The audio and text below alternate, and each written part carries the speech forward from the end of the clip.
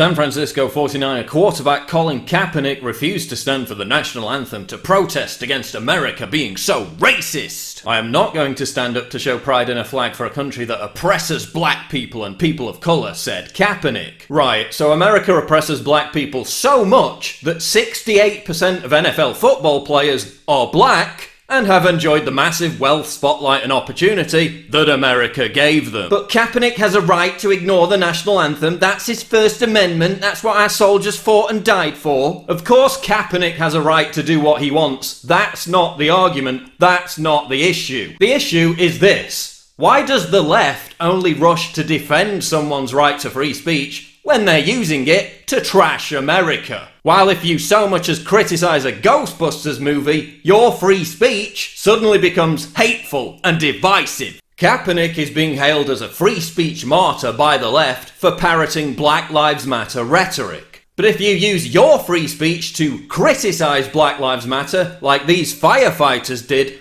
the left will hound and harass you until you're fired. The left will only defend your First Amendment when you exercise it to agree with them. Otherwise, they'll tar and feather you. And that's the issue. The left only cares about free speech when it's being weaponized to bolster fake leftist narratives like Black Lives Matter. This is also about Kaepernick regurgitating the debunked myth that there's a racist war against black people in America, disproven by a new study by a black Harvard professor which shows there is no racial bias in police shootings, disproven by the fact that cops kill twice as many white people despite blacks being vastly overrepresented in crime statistics. The entire narrative that underpins what Kaepernick said has been completely discredited. But Kaepernick cares so much about Black Lives Matter that out of his $144 million income, he's donated precisely zero to Black Lives Matter. The half-white Kaepernick loves black people so much, he once called one the N-word during an argument. Perhaps Kaepernick should be more concerned about the damage illegitimacy within the black community wreaks on black lives, given that he was abandoned by his black father as a child, and raised by white parents who adopted him and treated him as their own, because white America's so racist and Kaepernick is really oppressed. Kaepernick said he also refused to honour the anthem because he was tired of seeing, quote, bodies in the street. Yet he's repeatedly professed his sympathies for Islam after hooking up with Muslim activist Nessa Diab. And as we all know, there's no connection whatsoever between Islam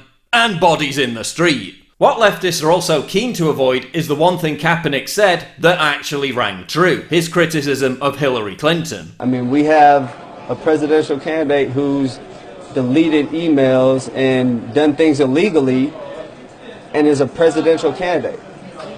That doesn't make sense to me, because if that was any other person, you'd be in prison.